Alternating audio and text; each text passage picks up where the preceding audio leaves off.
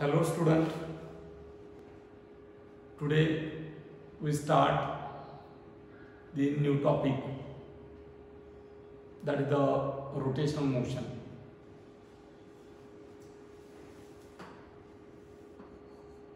Actual आपल्या syllabus मध्ये त्याचं नाव रोटेशनल मोशन आहे, पण एनसीईआरटी नुसार याचे दोन भागामध्ये डिवाइड केले, एक centre of mass, linear momentum and collision, आणि दुसरा पार्ट आहे तो रोटेशनल मोशन. आपण सर्वच कव्हर करणार आहेत. अगोदर आपण स्टेट प्लस सीबीएसई म्हणजे एनसीईआरटी हे दोन्ही कंबाईन एकत्र चालू आहे. रिजिड बॉडी म्हणजे काय? रिजिड बॉडी कन्सिडर करा. समजा या ठिकाणी ही बॉडीमध्ये अनेक पार्टिकल असतात. हे असे पार्टिकल, या प्रत्येक पार्टिकलची स्वतःची जागा आहे, हे सिच्युएटेड आहे. या बॉडीला मी कॉम्प्रेस केलं किंवा स्ट्रेच केलं आणि तो फोर्स काढल्याच्या नंतर देखील या दोन पार्टिकल मधलं, या दोन पार्टिकल मधलं, या दोन पार्टिकल मधलं किंवा कोणत्याही दोन पार्टिकल मधलं अंतर जर बदलत नसेल तर याचा अर्थ काय? तर हे पार्टिकल एकमेकांमधलं अंतर, सेम अंतर जे पहिलं अंतर आहे ते मेंटेन करतात रिलेटिव्ह टू इच अदर, एकमेकांपासून. मग ज्या बॉडीमध्ये पार्टिकल एकमेकांपासूनचं अंतर, सेम अंतर मेंटेन करतात त्या बॉडीला रिजिड बॉडी असं म्हणतात. काय म्हणलं मी? A body in which particle maintains the same position. काय म्हणलं मी? A body in which particles maintains same position relative to each other,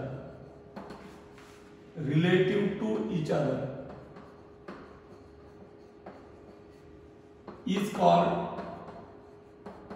rigid body. Is called rigid body. या ठिकाणी पाहिजे बॉडी, या बॉडीमध्ये अनेक पार्टिकल, या अनेक पार्टिकल मधलं कोणत्याही दोन पार्टिकल मधलं अंतर जर मी पाहिलं तर ते अंतर बदलत नसेल. कधी? Whatever may be the condition, force apply केला किंवा अप्लाय केला नसेल त्यावेळेस त्या बॉडी मधल्या कोणत्याही दोन पार्टिकल मधला अंतर कंटिन्यू सेम राहत असेल तर ती बॉडी काय? तर रिजिड बॉडी. समजा या ठिकाणी हा स्लॅब मध्ये काय अनेक पार्टिकल, मी स्लॅबला धरलं खाली ओढलं तर त्यामधलं अंतर, पार्टिकल मधलं अंतर बदलतं का? नाही बदलत. That is the rigid. Spring खूप ताणली तर त्याच्या पार्टिकल मधलं अंतर बदलेल. मग स्प्रिंग ही रिजिड आहे का? नाही. स्प्रिंग ही रिजिड होईल का? नाही. जर पार्टिकल मधला अंतर बदलत असेल तर ती रिजिड बॉडी नाही. रबर आहे, ताणण्यालाही काही लिमिट असते. मी इतकं ताणलं की त्याची लांबीच वाढून गेली, बियॉन्ड द लिमिट मी ताणलं, तर त्या पार्टिकल मधला अंतर बदलत असेल. तुम्ही च्युइंगम खाताना त्याला चिंगम म्हणतात, ते ताणलं त्याच्यातला पार्टिकल मधले अंतर बदलतात, याचा earth it is not rigid body. मग रिजिड बॉडी कशाला म्हणायचं? ज्या बॉडी मधले पार्टिकल एकमेकांपासूनचे अंतर सेम मेंटेन करतात त्या बॉडीला रिजिड बॉडी असं म्हणतात. A body in which particles maintains, 'maintains' 'the same position relative to each other' is called rigid body. Right. मग या पार्टिकलला स्वतःचं मास असेल ना, या पार्टिकलला स्वतःचं मास आहे, याला स्वतःचं मास आहे, याला स्वतःचं मास. मग हे M1 हे M2 हे M3 डॅश अँड सो पूर्ण बॉडीचा मास किती, say that capital M, and that capital M is nothing but bearings of total particles mass, that is the sum of the masses of individual particles. So capital M is equal to M1 plus M2 plus dash and Mn. समजा मी या body मध्ये n particle मानतो, तर या सर्व पार्टिकलचं मासची बेरीज किती, तर बॉडीचं मास मिळतं. But what is the position of that mass, या बॉडीमध्ये हे टोटल मास कुठे असेल, कारण ही बॉडीचं टोटल मास समजा 10 किलोग्रॅम, 10 किलोग्रॅम मधलं याचं मास थोडं, याचं मास थोडं, याचं मास थोडं, वेगवेगळ्या ठिकाणी. मग टोटल 10 किलोग्रॅम या बॉडीमध्ये कुठे आहे, ज्या पॉइंटला हे कॉन्सन्ट्रेट असेल, कन्सिडर करा. समजा हे सर्वांचं मिळून मास या ठिकाणी कॉन्सन्ट्रेट, याला म्हणतात सेंटर ऑफ मास. याला काय म्हणतात, सेंटर ऑफ मास. मग सेंटर ऑफ मास मीन्स काय, आपण या ठिकाणी सेंटर ऑफ मास म्हणजे काय, what is the centre of mass of a body. Definition आपण नंतर पाहू, आपलं जी बोर्डाला लागते, पण अगोदर कन्सेप्ट क्लिअर करून घेऊ. कन्सिडर घ्या, समजा ही एक बॉडी, समजा कन्सिडर करा आपण बॉल घेऊ, हा बॉल आहे, हा बॉल आहे. सर बॉल मी स्पिन केला असा, स्पिन माहिती ना क्रिकेटमध्ये, स्पिनर काय करतो, बोटाने फिरवतो, त्याने हा स्पिन केला, वरती फेकला, हा बॉल काय होईल, कन्सिडर करा. समजा या ठिकाणी हा बॉल आहे, इथपासून हा या पद्धतीने स्पिन होत वरती वरती चालला असा. मग कन्सिडर करा, समजा या ठिकाणी हा इकडे फिरतोय, हा इकडे फिरतोय, त्याबरोबर वरती बी चाललाय. मग हा बॉल इथे आला, समजा या ठिकाणी इथं आला, हा इथे आला, कुठे गेला, असा वरती गेला. मला सांगा, या बॉल मध्ये अनेक पार्टिकल असतील ना, एका पार्टिकल कडे पहा, हा एक पार्टिकल, या हा वरती जाताना स्वतःभोवती फिरत चाललाय, असं जागेवर फिरतोय का, नाही, हा स्वतःभोवती फिरत फिरत कुठं चाललाय, वरती. मग एका पार्टिकल वरती कॉन्सन्ट्रेट व्हा, या पार्टिकल वरती तुम्ही कॉन्सन्ट्रेट झाला तर त्याची मोशन कसे असेल, आपला अंदाज येऊ शकतो. हा इथंच फिरत बसेल का, असा नाही, कारण बॉल वरती चालला. मग बॉल वरती चाललाय म्हणजे या ठिकाणी हा पार्टिकल असा वरती वरती गेलो, स्पायरल पाथने वरती वरती चालला. मग असे सर्वच पार्टिकल या ठिकाणी स्पायरल पाथने फिरत असते. We can't identify the path of that particle, actual path. म्हणजे या ठिकाणी आपण आयडेंटिफाय करू शकत नाही की हा पार्टिकल आहे, हा पार्टिकल आहे, हा पार्टिकल आहे. पण एक गोष्ट लक्षात घे की या पार्टिकल, या बॉल मधला एक सेंटरचा पार्टिकल हा असली मोशन करत नाही, तो सरळ चाललाय इथं, हा इथं सेंटरचा अँड सो. मग याने कोणती मोशन केली, स्ट्रेट लाईन,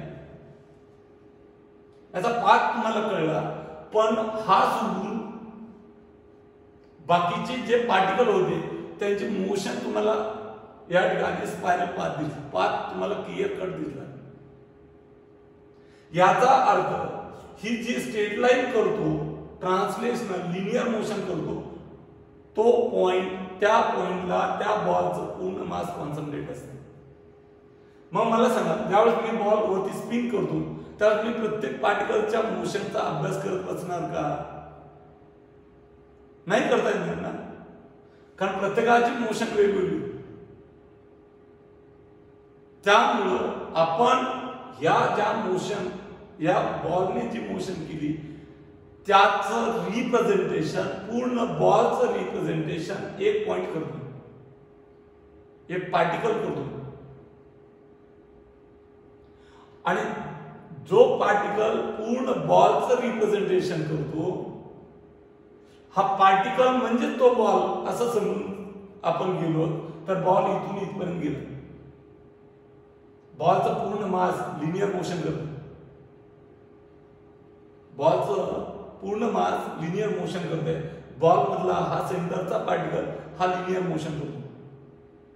याचा अर्थ बॉलचा टोटल मास त्या पॉइंटला कॉन्सन्ट्रेट आहे, त्याला म्हणतात सेंटर ऑफ मास. मग सेंटर ऑफ मास ने कोणती मोशन केली? That is a linear motion. Centre of मास ने कोणती मोशन केली? That is a linear motion, right. पण अदर पार्टिकल ने कोणती मोशन केली? That is spiral. आपल्याला ती मोशन कॉम्प्लिकेटेड वाटते. बाकीच्या पार्टिकलच्या मोशनचा विचार जर केला तर ती कॉम्प्लिकेटेड वाटते. कन्सिडर करा, समजा या ठिकाणी हा पेन मी असा फेकला, हे असं हा पेन असा फेकला. हा पेन मी ज्यावेळेस रोटेट करत पाठवतो त्यावेळेस हा पार्टिकल हा असा तर फिरतोच आहे पण वरती मी चालला. मी ज्यावेळेस हा पेन या पद्धतीने फेकतो त्यावेळेस हा पार्टिकल असं स्वतः या ठिकाणी असा फिरत वरती चालला. पण या पेनचा एक पार्टिकल असा आहे की तो सरळ जाताना दिसेल. मग जो सरळ चाललाय, लिनियर मोशन करतोय हे दिसतं, त्या ठिकाणी या पेनाचं पूर्ण मास कॉन्सन्ट्रेट असतं. मग हा पेन जर 10 ग्रॅमचा असेल तर ते 10 ग्रॅम ऍक्च्युअल 10 ग्रॅम डिस्ट्रीब्यूट झाले. याचं थोडं, याचं 1 gram, 1 gram, 1 gram, 1 gram, 1 gram, 1 gram, हे टोटल मिळून 10 ग्रॅम. पण हे टोटल 10 ग्रॅम एका पॉइंटला कॉन्सन्ट्रेटेड आहे. एक पार्टिकल 10 ग्रॅम सारखं रिप्रेझेंट करतोय, या पेनासारखं रिप्रेझेंट करतो. मग पेनाची मोशन, पेनाच्या टोटल मासचं मोशन चा स्टडी करायचा असेल तर त्या एका पार्टिकलच्या मोशनचा स्टडी केला तर कळून जातो, जो की लिनियर मोशन करतो. कन्सिडर करा, आपण या ठिकाणी या ठिकाणी तुम्ही बरे काढतो थोडीशी, हे तुम्ही, आणि तुम्ही काय केलं, या बॉलला काय केलं, थ्रो केलं. काय केलं तुम्ही, इथून थ्रो केला असा. पण तो थ्रो करताना हा बॉल फिरत चाललाय असा. बॉल खाली येईल का नाही? अरे बॉल खाली येईल का नाही? येईल ना. बॉल कसा चाललाय, स्वतः भोवती फिरत. त्याबरोबरच हा बॉल इथं आला, जागा बदलली की नाही? येस. त्यानंतर हा इथं आला, त्यानंतर इथं आला आणि इथं येऊन ग्राउंडवरती आदळला. पण इथेही असा फिरतोय, इथेही असा फिरतोय, इथेही असा फिरतोय, इथेही असा फिरतोय. कन्सिडर करा, एक पार्टिकल पहा, हा पार्टिकल आहे समजा त्या बॉलचा. हा पार्टिकल इथं आहे सध्या, इथं असताना वेगळी पोझिशन असेल, हा असा चालला फिरत, हा असा. कोण? हा ब्ल्यू कलरचा पार्टिकल दाखवला त्यावेळेस. हा या पार्टिकलची, एका पार्टिकलची पाथ आहे. पण एक गोष्ट लक्षात येते, याचा हा पार्टिकल एक सिंगल पार्टिकल आहे, बाकी सर्व पार्टिकल असे मोशन करतात. हा एक पार्टिकल आहे, हा सेंटरचा पार्टिकल आहे, हा सेंटरचा पार्टिकल आहे, हा सेंटरचा पार्टिकल. हा पाथ एक पर्टिक्युलर पाथ करतो, हा पर्टिक्युलर पाथ करतो. कॉम्प्लिकेटेड पाथ नाहीये तर. हा पाथ कोणता? या पॉइंटला सेंटर ऑफ मास म्हणतात. मला त्याचा पाथ कळतो. आणि या सेंटर ऑफ मासने केलेली मोशन ही कसली आपण पाहिलं 11 मध्ये, प्रोजेक्टाइल मोशन. कसली मोशन आहे? Projectile motion. मग ज्या पॉइंटला या ठिकाणी पहा पाथ, मग मला सांगा प्रत्येक पार्टिकलच्या मोशनचा अभ्यास करत बसणार का सेपरेट? नाही. मला या बॉडीचा ज्यावेळेस अभ्यास करायचा आहे त्या बॉडीचं मास, टोटल मास आहे m. हे टोटल मास प्रत्येक पार्टिकलच्या मासची बेरीज आहे. मग प्रत्येक पार्टिकलचा अभ्यास करून टोटल बॉडीचा अभ्यास करणार आहे का? नाही. मी एकाच पार्टिकलचा अभ्यास करणार आहे या मोशनच्या दरम्यान. मग तो पार्टिकल कुठे? ज्या ठिकाणी त्या बॉडीचं टोटल मास कॉन्सन्ट्रेट आहे, त्याचा पाथ मला कॉम्प्लिकेटेड पाथ नाही जाणवत, तो परफेक्ट पाथ जाणवतो. या ठिकाणी पहा प्रोजेक्टाईल मोशन, इथे कोणती? Linear motion. मग मला सांगा या बॉलचा टोटल मास कुठे कॉन्सन्ट्रेट आहे? सेंटरला. या बॉलचा टोटल मास कुठे कॉन्सन्ट्रेट आहे? सेंटरला. That is the centre of मास. मग मी मोशनचा अभ्यास, त्या बॉडीच्या मोशनचा अभ्यास त्या पॉइंट वरून जर करत असेल तर मोशनचा अभ्यास करताना न्यूटनचे लॉ महत्वाचे. मोशनचा अभ्यास करताना अकॉर्डिंग टू न्यूटन्स लॉ आपण अभ्यास करतो. According to Newton's law. Motion कधी असते? एखादी बॉडी स्थिर आहे आणि ती मोशन मध्ये कधी जाऊ शकते? जर एक्सटर्नल फोर्स ऍक्ट होत असेल.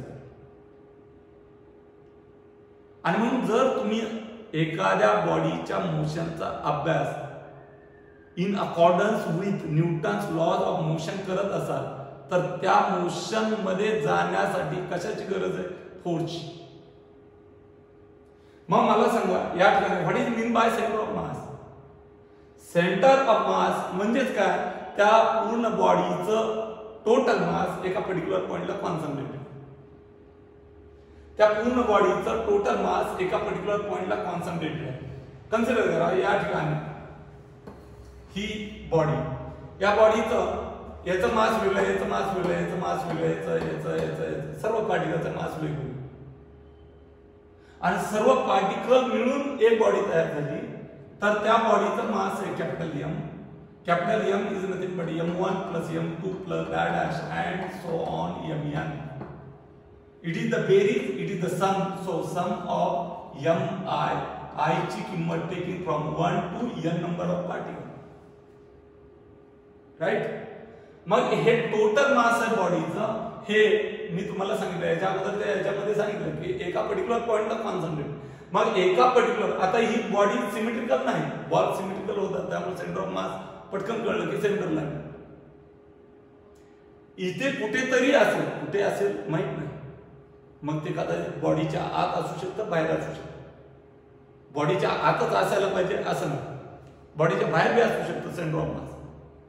आणि म्हणून या ठिकाणी एखादा पॉइंट कुठेतरी असेल बॉडीच्या आत किंवा बॉडीच्या बाहेर. मी या ठिकाणी सांगताना बॉडीच्या आत घेतो. हा पॉइंट आहे की या पॉइंटला या पूर्ण बॉडीचं मास कॉन्सन्ट्रेट. समजा ही बॉडी मी फेकली असेल तर हा पॉइंट समजा प्रोजेक्टाईल मी या ठिकाणी धरली असे हवेत थ्रो केली. The motion of body under the effect of gravity is called as the projectile motion. The motion of body under the effect of gravity is called as projectile motion. मग मी या ठिकाणी ही बॉडी फेकली, बॉडीमध्ये number of particle. मग प्रत्येक particle projectile motion करतो का? नाही. त्या बॉडी मधला एक पॉइंट आहे की तो प्रोजेक्टाईल मोशन करतो. त्याच पॉइंटला त्या पूर्ण बॉडीचं मास हे कॉन्सन्ट्रेट असते. तो पॉइंट कोणता? तर हा. ज्या त्या बॉडी मधल्या पार्टिकलची मोशन, पाथ ऑफ मोशन ही कंप्लीट आयडेंटिफाय होते त्या पार्टिकलला, त्या पॉइंटला सेंटर ऑफ मास. मग या बॉडीचं टोटल मास या पॉइंटला कॉन्सन्ट्रेट आहे, याला मी सेंटर ऑफ मास असं म्हणतो. मग मला सांगा या बॉडीला जर मला मोशन द्यायची असेल, रेस्ट मोशन द्यायची असेल तर फोर्स ऍड झाला पाहिजे. फोर्स लिनियर द्यायची असेल तर एक्झॅक्ट त्या पॉइंट वरती ऍड झाला पाहिजे. रोटेशनल स्पिन मोशन करायचे असेल तर हा फोर्स आणि हा फोर्स कमी जास्त असला पाहिजे. आणि जागेवर फिरायची असेल, रोटेशनल मोशन करायचे असेल तर equal in magnitude opposite direction at different point. Okay, मग मला सांगा सेंटर ऑफ मास म्हणजे काय? A point at which whole mass of body sorry, a point at which whole mass of body can be supposed to be concentrated. A point at which whole mass of body can be supposed to be concentrated. In order to study, काय करायचं मला? In order to study the motion of body due to the external force acting on it in accordance with Newton's laws of motion is called as center of mass. Definition काय सांगितली मी? Center of mass. What do you mean by center of mass?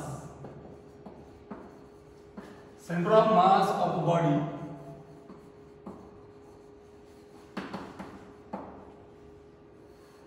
a point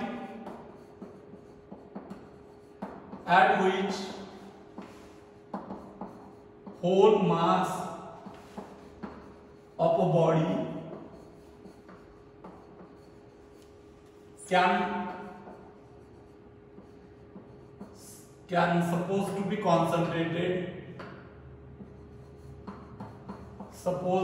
concentrated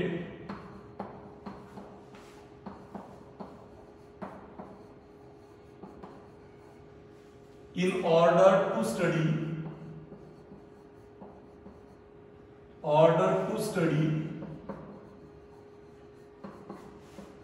the motion of a body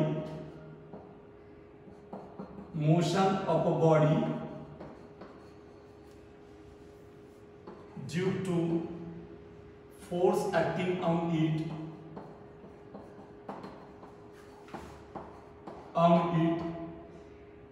in accordance with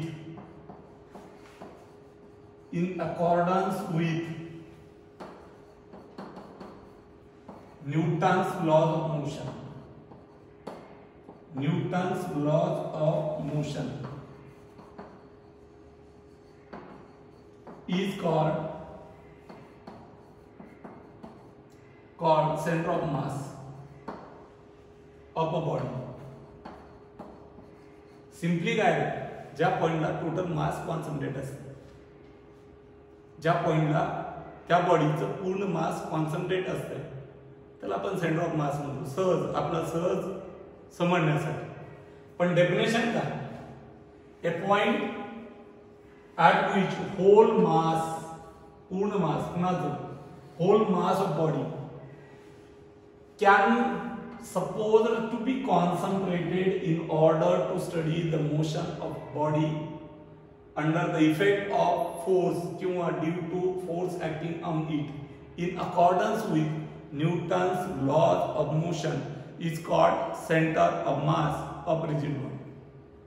Is called center of mass of rigid body. Then see here, consider here, समजा या ठिकाणी ही body, मी 2 dimension घेतो. Body ह्या वेगवेगळ्या प्रकारच्या असतात. त्या बॉडीचं मास डिस्ट्रीब्यूट कशानुसार होतोय? लिनियर होतंय, एरियानुसार होतंय की व्हॉल्यूमनुसार होतंय. तिन्ही डायमेन्शन असेल, 3 डायमेन्शन असेल बॉडी, तर तिच्या प्रत्येक पार्टिकलचे पोझिशन रिप्रेझेंट करण्यासाठी 3 कोऑर्डिनेट लागतात. 2 डायमेन्शनल बॉडी असेल, उदाहरणार्थ पत्र्याचं शीट, मेटल शीट, या मेटल शीटच्या एखाद्या पार्टिकलची पोझिशन रिप्रेझेंट करण्यासाठी 2 कोऑर्डिनेटची गरज असते, त्याला 2 डायमेन्शनल म्हणतो. आणि समजा तार आहे, लाईन आहे असेल, तर त्याच्या एका पार्टिकलची पोझिशन रिप्रेझेंट करण्यासाठी एकाच कोऑर्डिनेटची गरज असते. आडवा असेल, एक्सच्या दिशेत ती लाईन ठेवली तर एक्स कोऑर्डिनेट लागेल, वाय आणि झेड 0 असते. उभा ठेवला तर एक्स आणि झेड 0 असतील, फक्त वाय कोऑर्डिनेट पार्टिकलची पोझिशन रिप्रेझेंट करेल.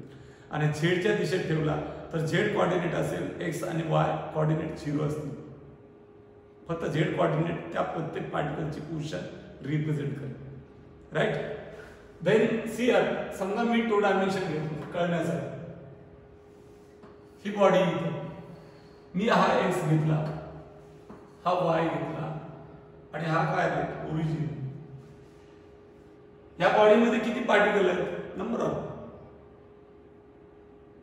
मग मी हा एक पार्टिकल आहे, हा दुसरा पार्टिकल आहे, हा तिसरा आहे, हा चौथा, पाचवा and that so on. n number of particle, अनेक पार्टिकलने ही बॉडी तयार होते. मी असं शीट ठेवून दिलं.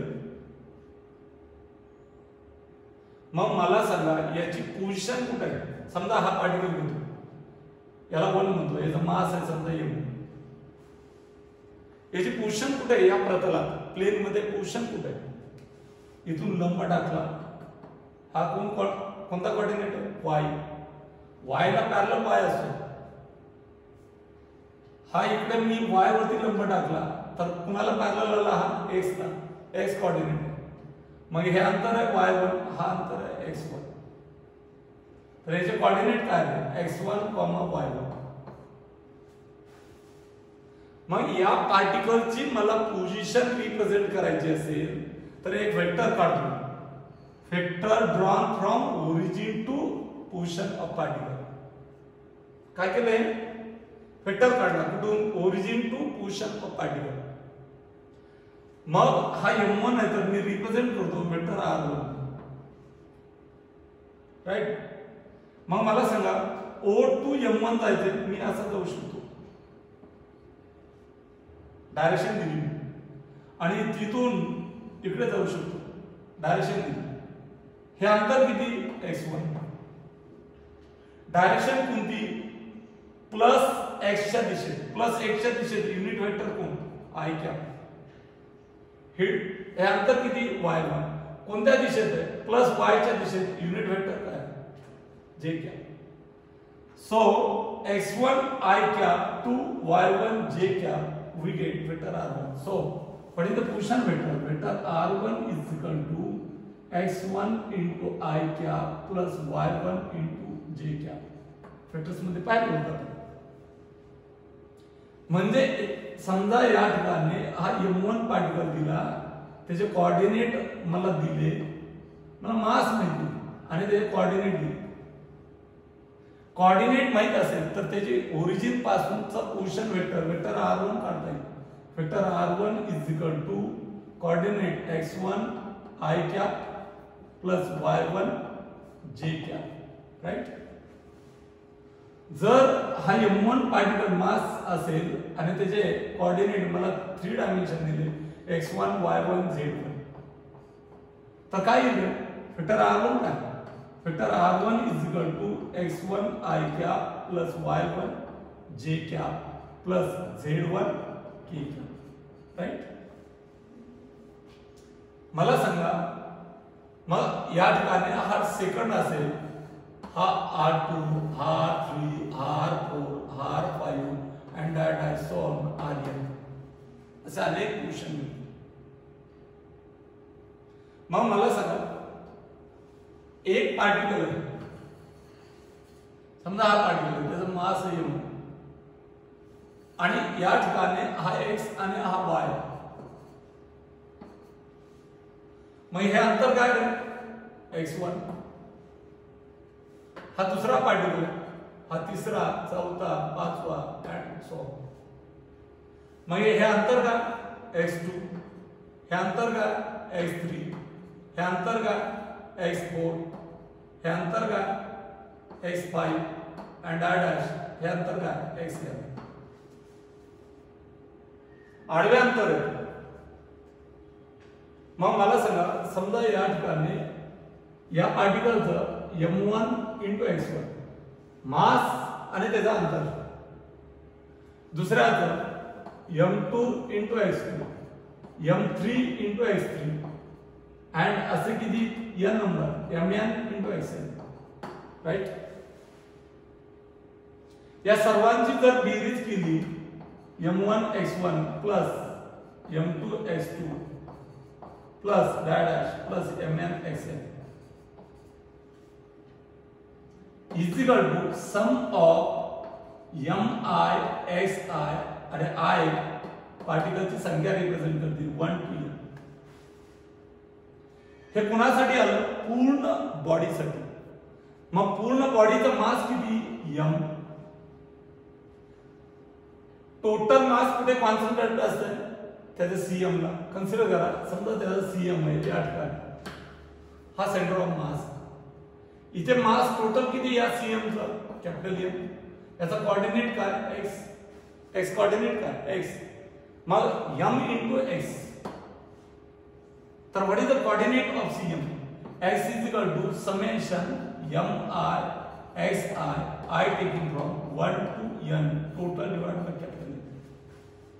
सिमिलरली प्रत्येक पार्टिकलचे जर y काढले तर what is the coordinate of y? याचा y कोऑर्डिनेट काय? y is equal to summation mi yi, I taking from 1 to n total divided by capital M. बरोबर. मग जर मला कोऑर्डिनेट काढता येत असतील, बघा तुम्ही x कोऑर्डिनेट काय आला माझा? Summation mi xi, I taking from 1 to n total divided by capital M. y काय होता? हा सेंटर ऑफ मास आणि हे प्रत्येक पार्टिकलच्या मासची आणि त्याच्या कोऑर्डिनेटच्या प्रोडक्टची बेरीज. Summation mi yi, I taking from 1 to n total divided by capital M. मग मला सांगा m टोटल मास आहे. Vector r position vector of cm is equal to काय? m1 vector r1 plus m2 vector r2 plus dash mn vector r1. ह्या सर्वांचं मिळून हा. मग m into vector r. m बरोबर काय? m is equal to m1 plus m2 plus dash plus and so on mn. तर it is the sum of I taking from 1 to n. मग मला सांगा याला काय लिहिताय? Summation mi ri vector ri, I taking from 1 to n. हा m तिकडे गेला तर मला सेंटर ऑफ मास ची पोझिशन वेक्टर कळेल. rcm is equal to summation mi vector ri, I taking from 1 to n total divided by capital M. Right. मग centre of mass चे magnitude काय? आरसीएम म्हणतो centre of mass is equal to magnitude काय? Summation mi याचा magnitude I taking from 1 to n total divided by capital M. मग दोन particle साठी सम मांडायची गरज नाही. मग दोन पार्टिकल साठी आरसीएम काय येईल? सेंटर ऑफ मास पोझिशन वेक्टरचं अंतर काय येईल? Is equal to m1 r1 plus m2 r2 बेरीज टोटल डिवाइड बाय मास. दोनच आहेत म्हणून m1 प्लस m2. राइट. जर हा वेक्टर असेल तर हा vector that is two particle साठी position vector of centre of mass. Position vector of centre of mass. समजतंय? नवीन टॉपिक सुरू झालाय आणि खूप महत्त्वाचा आहे, इम्पॉर्टंट आहे आणि आपण दोन पार्ट मध्ये हा स्टडी करणार आहे. सेंटर ऑफ मास सीबीएसई नुसार जो मेथड आहे प्रॉब्लेम सॉल्व करायचे आपला, त्याबरोबर कोलिजन आहे, लिनियर मोमेंटम आहे, कॉन्झर्वेशन ऑफ लिनियर मोमेंटम आहे, हे सर्व पाहणार आहे. आपल्या याच्यात जरी नसलं तरी इकडे आपण पूर्ण पाहणार आहे. त्याबरोबर रोटेशनल मोशन कंप्लीट आपला स्टेट बोर्डाचा प्लस एनसीईआरटीचा हा टोटल पाहणार आहे. Okay, we can stop here.